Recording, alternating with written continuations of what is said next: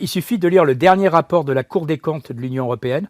Vous le trouvez sur le site Cour des comptes de l'Union européenne. Il est traduit en français pour se rendre compte que depuis 2 ans, l'Ukraine fonctionne grâce à l'Union européenne. On paye tout à l'Ukraine. Il faut payer les écoles et tout ça ne sera jamais remboursé. Parce qu'en réalité, quand vous lisez le rapport, qui est honnête, comme très souvent les rapports des cours des comptes, ils vous disent « Ah oui, mais il n'y a pas beaucoup de dons, il y a beaucoup de prêts.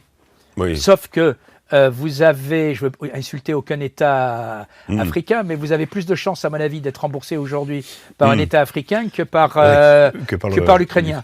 Et donc tout ça, à la sortie, finira aux frais du contribuable français. Aujourd'hui, on finance sans contrôle quasiment l'Union européenne, je dis bien sans contrôle.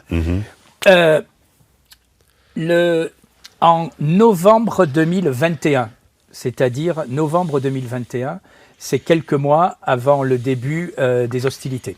Enfin, la reprise des hostilités, puisque pour moi, elles ne se sont jamais arrêtées depuis 2014.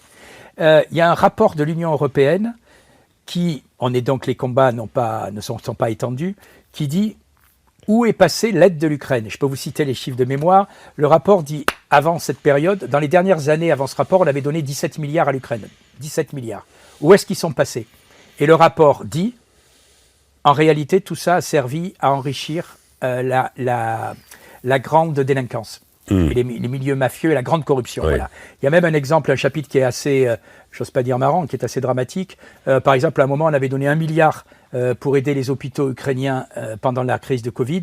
Et les rapporteurs disent on a contacté la plupart des hôpitaux en Ukraine, pas un n'en a vu 1 euro. Oui. Donc on sait que cet État est structurellement gangréné par la corruption à un niveau sans commune mesure. Et aujourd'hui, on sait que ça continue.